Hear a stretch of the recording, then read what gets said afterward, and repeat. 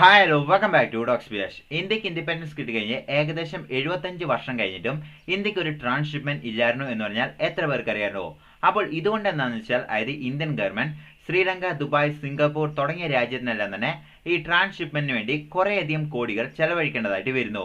ഇതുപോലെ തന്നെ ഇന്ത്യക്ക് കുറേ സ്ഥലങ്ങളിലെല്ലാം തന്നെ ലാഭം കിട്ടുന്ന സ്ഥലങ്ങളിലെല്ലാം തന്നെ ഇന്ത്യക്ക് വലിയ നഷ്ടമായി തന്നെ മാറിക്കൊണ്ടിരിക്കുകയായിരുന്നു. എന്നാൽ ആ ഒരു പ്രശ്നം ഇപ്പോൾ ഏകദേശം സോൾവ് ചെയ്തിരിക്കുകയാണ്.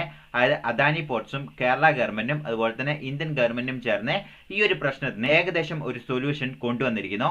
അതാണ് വിഴിഞ്ഞം പോർട്ട്. അപ്പോൾ ഈ ഒരു പോർട്ട് വരുന്നതുകൊണ്ട് തന്നെ ഇന്ത്യക്ക് കുറേയധികം ലാഭങ്ങളും വരുന്നുണ്ട്. അതുപോലെ തന്നെ ചൈനനെ ഇതിലൂടെ നമുക്ക് സിമ്പിൾ ആയിട്ട് തന്നെ ബീറ്റ് ചെയ്യാനും പറ്റും.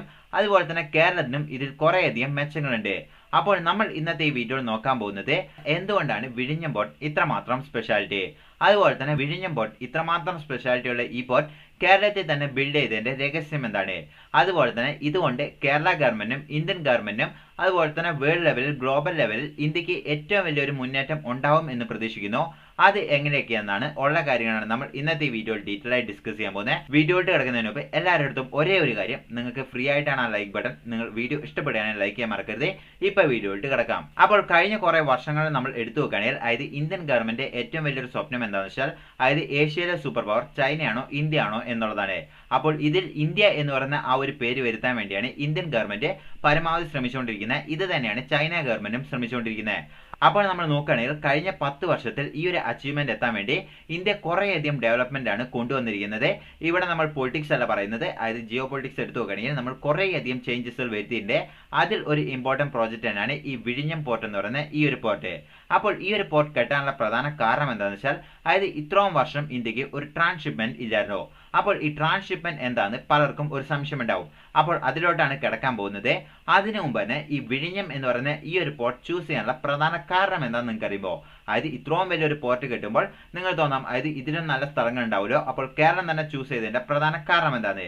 അപ്പോൾ ഈ വിഴിഞ്ഞം എന്ന് പറയുന്ന സ്ഥലം ഇച്ചിരി സ്പെഷ്യലാണ്. ഇതിന്റെ കാരണം എന്താണെന്ന് വെച്ചാൽ ഈ വിഴിഞ്ഞം എന്ന് പറയുന്ന സ്ഥലത്തിന്റെ വെറും 10 നോട്ടിക്കൽ മൈൽ ദൂരത്തിലാണ് ഈസ്റ്റ് വെസ്റ്റ് സീ റൂട്ട് ഉള്ളത്. അപ്പോൾ ഈ ഒരു സീ റൂട്ടാണ് യൂറോപ്പിനെയും അതുപോലെ തന്നെ പേർഷ്യൻ ഗൾഫിനെല്ലാം തന്നെ കണക്ട് ചെയ്യുന്നത്. അപ്പോൾ ഇത്രമാത്രം ഇമ്പോർട്ടൻസ് ഉള്ള ഒരു സീ റൂട്ടിന്റെ വെറും 10 നോട്ടിക്കൽ മൈൽ ദൂരത്തിലാണ് ഈ വിഴിഞ്ഞം എന്ന് പറയുന്ന ഈ ഒരു പോർട്ട് ഉള്ളത്. അപ്പോൾ ഇതുകൊണ്ട് എന്താണെന്ന് വെച്ചാൽ ഈ സീ റൂട്ടിലൂടെ പോകുന്ന ഷിപ്സിനെല്ലാം തന്നെ എന്തെങ്കിലും പ്രശ്നം വരികയാണെങ്കിലോ അല്ലെങ്കിൽ ലോഡെല്ലാം തന്നെ അൺലോഡ് ചെയ്യാനോ റീലോഡ് ചെയ്യാനോ അവർക്ക് ഏറ്റവും അടുത്ത സ്ഥലമായി അവർ ചൂസ് ചെയ്യുന്നുണ്ടെങ്കിൽ ഈ വിഴിഞ്ഞം എന്ന് പറയുന്ന ഈ ഒരു പോർട്ടാണ്. അത് മാത്രമല്ല ഈ ഒരു വിഴിഞ്ഞം പോർട്ടിൽ വരുന്നതുകൊണ്ട് തന്നെ അവർക്ക് സമയം ലാഭിക്കാൻ പറ്റും, അതുപോലെ തന്നെ അവരുടെ ഫ്യൂൽ ലാഭിക്കാൻ പറ്റും. ഇതുകൊണ്ട് എന്താണെന്ന് വെച്ച് കഴിഞ്ഞാൽ ഓവറോൾ കോസ്റ്റും ഈ ഷിപ്പിനെല്ലാം തന്നെ റെഡ്യൂസ് ചെയ്യാൻ പറ്റും. ഇതുകൊണ്ട് എന്താണെന്ന് വെച്ചാൽ അവർ ഡെഫിനറ്റ് ആയിട്ടും ഈ വിഴിഞ്ഞം എന്ന് പറയുന്ന ഈ ഒരു പോർട്ടിലോട്ടായിരിക്കും ചൂസ് ചെയ്യാൻ പോകുന്നത്. മറ്റൊരു കാര്യം, ഈ വിഴിഞ്ഞം എന്ന് പറയുന്ന ഈ ഒരു പോർട്ടിന്റെ പ്രത്യേകത എന്താണെന്ന് വെച്ചാൽ ഈ ഒരു പോർട്ട് നാച്ചുറലി നല്ല ആഴം നിറഞ്ഞ ഒരു സ്ഥലമാണ് ഈ വിഴിഞ്ഞം എന്ന് പറയുന്ന ഈ ഒരു സ്ഥലം. അപ്പോൾ ഇതുകൊണ്ട് എന്താണെന്ന് വെച്ചാൽ ഇവിടെ 18,000 TU ഉള്ള ഷിപ്സിനെ വരെ നമുക്ക് ഇവിടെ അക്കോമഡേറ്റ് ചെയ്യാൻ പറ്റും. അപ്പോൾ ഈ TU എന്ന് വെച്ചാൽ വലിയ കൺഫ്യൂഷൻ ഒന്നും ആവണ്ട. സിമ്പിൾ ആയിട്ട് പറയുകയാണെങ്കിൽ ഏറ്റവും വലിയ കാർഗോ ഷിപ്സ്, അധികം ലോഡ് ചെയ്ത കണ്ടെയ്നർ ഉള്ള ഷിപ്സ് വരെ നമുക്കിവിടെ കൊണ്ടുവരാൻ സാധിക്കും, അക്കോമഡേറ്റ് ചെയ്യാൻ സാധിക്കും എന്നുള്ളതാണ് ഇതിന്റെ പ്രത്യേകത. ഇവിടെ ആഴമുള്ളതുകൊണ്ട് തന്നെ വലിയ വലിയ ഷിപ്സിന് പോലും ഇവിടെ വന്ന് അൺലോഡ് ചെയ്യാനോ റീലോഡ് ചെയ്യാനോ എളുപ്പമാണ് എന്നാണ് പറയുന്നത്.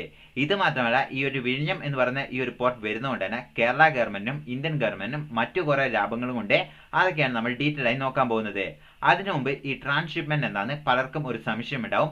അതിലോട്ടാണ് നമ്മൾ കിടക്കാൻ പോകുന്നത്. അപ്പോൾ ഈ ട്രാൻസ്ഷിപ്മെന്റ് എന്താണെന്ന് നമുക്ക് അറിയണമെങ്കിൽ ഒരു ഉദാഹരണത്തോടെ നമുക്ക് തുടങ്ങാം. ഇപ്പോൾ ഉദാഹരണത്തിന് യൂറോപ്പിൽ നിന്ന് ഒരു ചരക്ക് കപ്പൽ വരിക, ഒരു കാർഗോ കപ്പൽ വരിക നോക്കുക. അപ്പോൾ അതിലെന്താണെന്ന് വെച്ചാൽ ഫുള്ളി കണ്ടെയ്നർ എല്ലാം ഫില്ല് ചെയ്ത് വരിക. അപ്പോൾ ആ ഒരു കപ്പൽ ഇന്ത്യയിലോട്ട് ഇറക്കേണ്ട കുറേ അധികം സാധനങ്ങളുണ്ട്. അപ്പോൾ ഇന്ത്യയിൽ വരേണ്ട എന്തെങ്കിലുമൊക്കെ ഗുഡ്സ്, ഇന്ത്യ ഇമ്പോർട്ട് ചെയ്യുന്ന ഗുഡ്സ് ഉണ്ടാവും. അപ്പോൾ അതെല്ലാം തന്നെ ആ ചരക്ക് കപ്പൽ യൂറോപ്പിൽ നിന്ന് കയറ്റി അയക്കുകയാണ്. അപ്പോൾ ഈ ഒരു ചരക്ക് കപ്പൽ ഡയറക്റ്റ് ആയിട്ട് ഇന്ത്യയിൽ വരാനുള്ള സംവിധാനം ഇല്ലായിരുന്നു. ഇതെന്താണെന്ന് വെച്ചാൽ അത്ര വലിയ ചരക്ക് കപ്പലൊന്നും തന്നെ ഇന്ത്യയുടെ അടുത്ത് വന്ന് നിർത്താനുള്ള ഒരു സംവിധാനം ഇതുവരെയും ഇന്ത്യൻ്റെ അടുത്ത് ഉണ്ടായിരുന്നില്ല. ഇതുകൊണ്ട് എന്താണെന്ന് വെച്ചാൽ ഈ യൂറോപ്പിൽ നിന്ന് വരുന്ന കപ്പൽ ഒന്നെങ്കിൽ ശ്രീലങ്കയിലോ അല്ലെങ്കിൽ ദുബായിലോ സിംഗപ്പൂരോ ഇങ്ങനെയുള്ള സ്ഥലങ്ങളിലെല്ലാം പോയി അവർ ആ കപ്പൽ അവിടെ കൊണ്ടുപോയി നിർത്തും. അതിനുശേഷം ഇന്ത്യയിലോട്ടുള്ള സാധനങ്ങൾ കണ്ടെയ്നറെല്ലാം തന്നെ അവിടുന്ന് അൺലോഡ് ചെയ്ത് അവിടുന്ന് ഇന്ത്യൻ ഗവൺമെന്റ് എന്ന് വെച്ചാൽ അവിടെ കുറച്ച് ടാക്സും അതുപോലെ തന്നെ പൈസ എല്ലാം കൊടുത്തതിന് ശേഷം ആ കണ്ടെയ്നറെല്ലാം തന്നെ ചെറിയ ചെറിയ കപ്പൽ ഉപയോഗിച്ച് നമ്മുടെ ഇവിടെ കൊണ്ടുവന്ന് നമുക്കിവിടെ അൺലോഡ് ചെയ്തായിരുന്നു. അപ്പോൾ ഇതുകൊണ്ട് എന്താണ് ആ വലിയ കപ്പൽ ഇവിടെ അക്കോമഡേറ്റ് ചെയ്യാൻ പറ്റുമെങ്കിൽ ഡയറക്റ്റ് ആയിട്ട് ഇന്ത്യയിൽ വന്ന് ഇറക്കാൻ പറ്റും. ഇതുകൊണ്ട് എന്താണെന്ന് വെച്ചാൽ നമുക്ക് ഈ ടാക്സ് ഒന്നും കൊടുക്കേണ്ട ആവശ്യമില്ലായിരുന്നു. പക്ഷേ ഇന്ത്യൻ ഗവൺമെന്റിന്റെ അടുത്ത് ഈ ട്രാൻസ്ഷിപ്മെന്റ് ഇല്ലാത്തതുകൊണ്ട് തന്നെ നമ്മൾ അതായത് ശ്രീലങ്കയിലെ കൊളംബോ പോർട്ടും അതുപോലെ തന്നെ സിംഗപ്പൂരും ദുബായെല്ലാം ഉപയോഗിച്ച് ഇങ്ങനെ ചെറിയ ചെറിയ ഷിപ്സോടുകൂടി ഇന്ത്യയിലോട്ട് കൊണ്ടുവന്നത്. അപ്പോൾ സിമ്പിൾ ആയിട്ട് ഈ ട്രാൻസ്ഷിപ്മെന്റ് എന്താണെന്ന് വെച്ചാൽ അതായത് ഈ വലിയ വലിയ കാർഗോ കപ്പലെല്ലാം തന്നെ നമ്മുടെ സ്ഥലത്തോട്ട് വന്ന് അതിനെ ഇവിടെ അതായത് സാധനങ്ങളെല്ലാം തന്നെ അൺലോഡ് ചെയ്യുകയും റീലോഡ് ചെയ്യുകയും പോകുന്ന ഒരു സ്ഥലം, അതായത് അത്രമാത്രം വലിയൊരു സ്ഥലത്തിനാണ് ഈ ട്രാൻസ്ഷിപ്മെന്റ് എന്ന് പറയുന്നത്. അതായത് വലിയ കപ്പലിൽ നിന്ന് സാധനങ്ങളെല്ലാം തന്നെ അൺലോഡ് ചെയ്യാനും റീലോഡ് ചെയ്യാൻ പറ്റുന്ന ഒരു സ്ഥലത്തിനാണ് ഈ ട്രാൻസ്ഷിപ്മെന്റ് എന്ന് പറയുന്നത്. അപ്പോൾ ഇതുവരെയും ഇന്ത്യയുടെ അടുത്ത് ഈ ഒരു ട്രാൻസ്ഷിപ്മെന്റ് ഇല്ലായിരുന്നു എന്നുള്ളതാണ് സത്യം. അപ്പോൾ ഈ ഒരു പ്രശ്നത്തിനെ ഇതുവരെയും ഇന്ത്യൻ ഗവൺമെന്റ് എങ്ങനെയായിരുന്നു സോൾവ് ചെയ്തുകൊണ്ടിരുന്നത് എന്ന് വെച്ചാൽ അതായത് വലിയ വലിയ കാർഗോ കപ്പലെല്ലാം തന്നെ ശ്രീലങ്കയിലെ കൊളംബോ എന്ന് പറയുന്ന ആ ഒരു പോർട്ടിൽ വന്ന് നിൽക്കും. അവിടെ നിന്ന് എന്താണെന്ന് വെച്ചാൽ അതായത് ചെറിയ കപ്പലുകൾ നമ്മൾ അയച്ചോ അല്ലെങ്കിൽ അവിടുന്ന് ചെറിയ കപ്പലുകളെ റെന്റിനെടുത്തിട്ടോ അവിടുന്ന് സാധനങ്ങളെല്ലാം തന്നെ ഇന്ത്യയിലോട്ട് വരുന്ന കണ്ടെയ്നറെല്ലാം തന്നെ അവിടെ നമ്മൾ വീണ്ടും റീലോഡ് ചെയ്യും. അപ്പോൾ ഈ റീലോഡ് ചെയ്യാൻ വേറെ നമ്മൾ പൈസ കൊടുക്കണം, അവിടെ നിൽക്കുന്നതിന് ടാക്സ് കൊടുക്കണം, അതുപോലെ തന്നെ ആ ചെറിയ ഷിപ്പിന് ലോജിസ്റ്റിക് പൈസ നമ്മൾ വേറെ കൊടുക്കണം. ഇങ്ങനെയെല്ലാം കൊടുത്തതിന് ശേഷമായിരുന്നു അത് ഇന്ത്യയിലോട്ട് വന്നുകൊണ്ടിരുന്നത്. ഇനി വേറെ വഴി വരുമ്പോൾ അതായത് ഈ ശ്രീലങ്കയിലോട്ട് എത്തിച്ചേരാൻ പറ്റാത്ത കപ്പലുകൾ ഉണ്ടെങ്കിൽ സിംഗപ്പൂരിലോ അല്ലെങ്കിൽ ദുബായിലോ കൊണ്ടു നിർത്തിയിട്ട് അവിടെ നിന്നായിരുന്നു നമ്മൾ കൊണ്ടുവന്നുകൊണ്ടിരുന്നത്. അപ്പോൾ ഇതുകൊണ്ട് എന്താണ് ഇന്ത്യൻ ഗവൺമെന്റിന് വലിയ നഷ്ടമാണ്. അപ്പോൾ ഈ നഷ്ടമെല്ലാം തന്നെ ഈ ഗവൺമെന്റ് എങ്ങനെയാണ് നികത്തുക? അതായത് ആൾക്കാരുടെ കയ്യിൽ നിന്ന് ഈ വരുന്ന സാധനത്തിന് തന്നെ പൈസ കൂടുതലായിട്ട് വാങ്ങാൻ തുടങ്ങും, അതായത് ടാക്സ് കൂടുതലായിട്ട് വാങ്ങാൻ തുടങ്ങും. ഇതുകൊണ്ട് ആൾക്കാർ തന്നെയായിരുന്നു ഏറ്റവും കൂടുതൽ കഷ്ടപ്പെട്ടുകൊണ്ടിരുന്നത്. അപ്പോൾ ഈ ഒരു പ്രശ്നം സോൾവ് ചെയ്യാൻ വേണ്ടിയാണ് 2015 ഇന്ത്യൻ ഗവൺമെന്റും അതുപോലെ തന്നെ കേരള ഗവൺമെന്റും അദാനി പോർട്സ് ഈ 3 വലിയ പ്ലേയേഴ്സ് ആണ്. ഇതിൽ ചെറിയ ചെറിയ പ്ലേയേഴ്സ് കുറെ പേരുണ്ട്, പക്ഷേ ഈ 3 പേരാണ് ഇതിൽ വലിയൊരു പ്ലേയേഴ്സ്. അപ്പോൾ കേരള ഗവൺമെന്റ് ആണ് ഇതിന്റെ ശരിക്കുമുള്ള ഓണർഷിപ്പ് ഉള്ളത്. അതായത് ഈ വിഴിഞ്ഞം പോർട്ടിന്റെ ഫുൾ ഓണർഷിപ്പും കേരള ഗവൺമെന്റിന്റെ അടുത്താണ് ഉള്ളത്. പക്ഷേ ഈ ഒരു പോർട്ട് ഉണ്ടാക്കാനും നിർമ്മിക്കാനും എല്ലാം ഇൻവെസ്റ്റ് ചെയ്തത് അദാനി പോർട്സ് ആണ്. അപ്പോൾ ഇവർക്ക് കുറച്ച് വർഷത്തിന് ഇത് ലീസിന് കൊടുത്തിട്ടുണ്ട്. അതുപോലെ തന്നെ സെൻട്രൽ ഗവൺമെന്റ് കുറെ ഫണ്ടുകളും ഇതിൽ യൂട്ടിലൈസ് ചെയ്തിട്ടുണ്ട്. അതുപോലെ തന്നെ സെൻട്രൽ ഗവൺമെന്റ് ആണ് ഇതിന്റെ പെർമിഷൻ എല്ലാം കൊടുക്കുന്നത്. അപ്പോൾ അങ്ങനെ ഒരു സ്ഥലം ഇന്ത്യൻ ഗവൺമെന്റ് അന്വേഷിക്കുമ്പോഴാണ് എല്ലാ രീതിയിലും ജോഗ്രഫിക്കൽ രീതിയിലും എക്കണോമിക് രീതിയിലും എല്ലാ രീതിയിലും ഒരു പറ്റിയൊരു സ്ഥലമായിട്ടാണ് ഈ വിഴിഞ്ഞം ചൂസ് ചെയ്യുന്നതും അങ്ങനെ 2015 ഇതിന്റെ പണികളെല്ലാം തുടങ്ങുന്നതും. അപ്പോൾ ഇതാണ് ഈ വിഴിഞ്ഞം പോർട്ടിനും ട്രാൻസ്മിഷന്റെയും സിമ്പിൾ ആയിട്ടുള്ള എക്സ്പ്ലനേഷൻ. ഇതുകൊണ്ട് ഇന്ത്യൻ ഗവൺമെന്റും കേരള ഗവൺമെന്റും എങ്ങനെയൊക്കെയാണ് മെച്ചങ്ങൾ വരുന്നത് എന്ന് നമുക്ക് നോക്കാം. അപ്പോൾ നമ്മൾ ഓൾറെഡി പറഞ്ഞല്ലോ, അതായത് വലിയ വലിയ സാധനങ്ങളെല്ലാം തന്നെ ഇന്ത്യയിലോട്ട് വരുന്ന മറ്റ് ഈ ട്രാൻസ്ഷിപ്മെന്റിൽ കൂടിയാണ്. അപ്പോൾ ഇത് മാത്രമല്ല, ഇതിൽ മറ്റൊരു പ്രശ്നം കൂടിയുണ്ട്. അതായത് ഈ ഷിപ്പിനെല്ലാം തന്നെ എന്തെങ്കിലും പ്രശ്നം വരിക അല്ലെങ്കിൽ ഇതിനെ അൺലോഡ് ചെയ്യണം റീലോഡ് ചെയ്യണം എന്നുള്ള കാര്യങ്ങളെല്ലാം വരികയാണെങ്കിൽ അവർ ഏറ്റവും വലിയ ട്രാൻസ്ഷിപ്മെന്റ് അതായത് നമ്മുടെ കാർഗോ ഷിപ്പ് എവിടെയാണ് കയറ്റാൻ പറ്റിയ സ്ഥലങ്ങൾ എന്ന് അവർ നോക്കും. ഇപ്പോൾ വേൾഡിലെ ഏറ്റവും വലിയ ട്രാൻസ്ഷിപ്മെന്റ് ഏതൊക്കെയാണെന്ന് വെച്ചാൽ അതായത് ചൈനയിൽ ഒന്നുണ്ട്, അതുപോലെ തന്നെ ഹോങ്കോങ്ങിലുണ്ട്, അതുപോലെ തന്നെ ബുസ അതായത് ഈ സൗത്ത് കൊറിയന്റെ ഉള്ളിലൊരു സ്ഥലമാണ് ഈ ബുസ എന്ന് പറയുന്നത്, ഇവിടെ ഒന്നുണ്ട്. അതുപോലെ തന്നെ ദുബായ്, സിംഗപ്പൂർ, അതുപോലെ തന്നെ ശ്രീലങ്ക, കൊളംബിയ, ഇങ്ങനെ കുറെ സ്ഥലങ്ങളിലാണ് ഈ ട്രാൻസ്ഷിപ്മെന്റ് ഉള്ളത്. അപ്പോൾ ഇവിടെയെല്ലാം തന്നെയായിരിക്കും ഈ കാർഗോ ഷിപ്പ് കൊണ്ടുപോയി കയറ്റുന്നത്.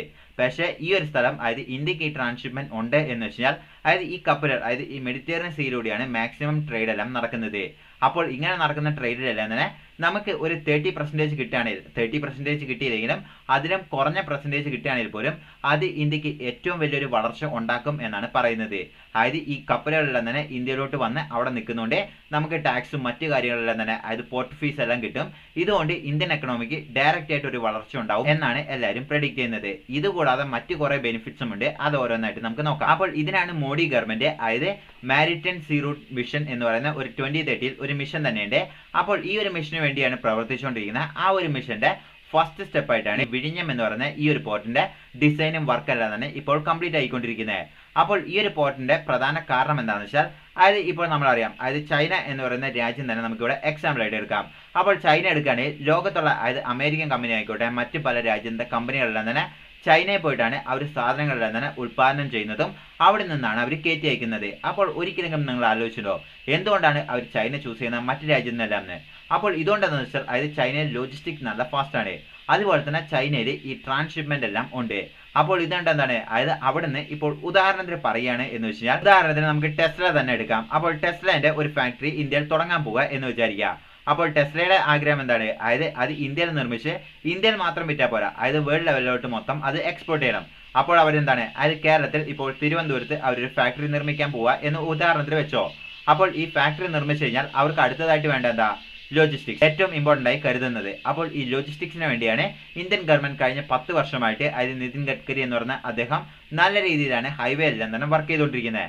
അപ്പോൾ ഈ ഹൈവേ നന്നായി വന്നു കഴിഞ്ഞാൽ ഈ ലോജിസ്റ്റിക് ഈസി ആവാൻ പറ്റുള്ളൂ എന്നുള്ള കാര്യം എല്ലാവർക്കും അറിയാം. അതുകൊണ്ടാണ് ഹൈവേയിൽ ഇത്ര കോൺസെൻട്രേഷൻ കൊടുക്കുന്നത്.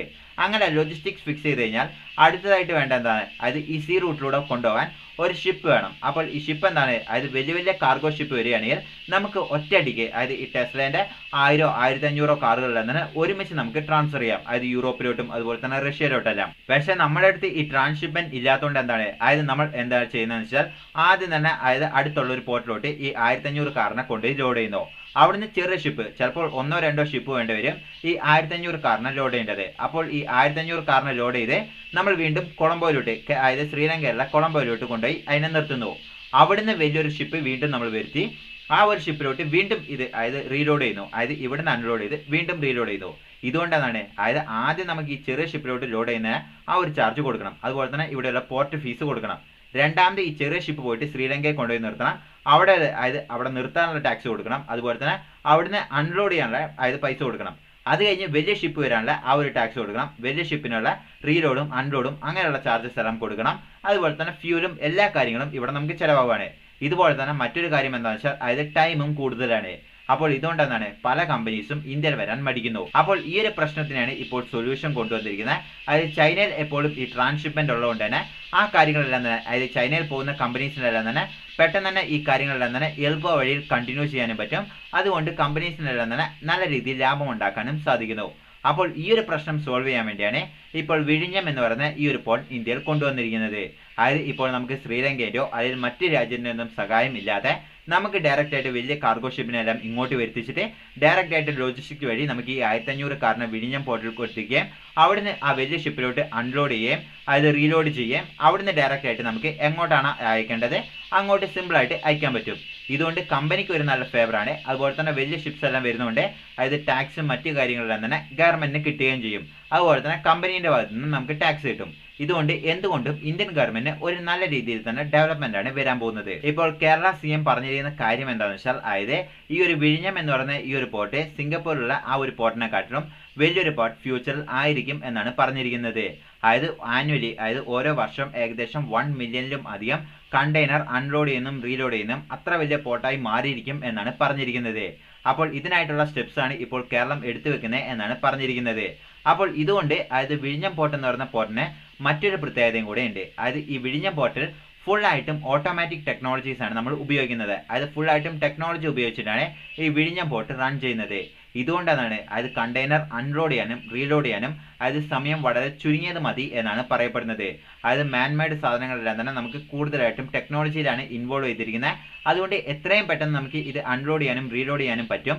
ഇതുകൊണ്ട് കാർഗോ ഷിപ്പിനെല്ലാം വന്ന് ഇവിടെ നിൽക്കുന്ന സമയം അതായത് ടേൺ അറൗണ്ട് ടൈം എന്ന് പറയും. അതായത് ഒരു കാർഗോ ഷിപ്പ് ഒരു സ്ഥലത്ത് വന്ന് അൺലോഡ് ചെയ്യാനും റീലോഡ് ചെയ്യാനും എത്ര സമയം എടുത്തു എന്നുള്ളതാണ് ഈ ടേൺ ഓവർ ടൈം പറയുന്നത്.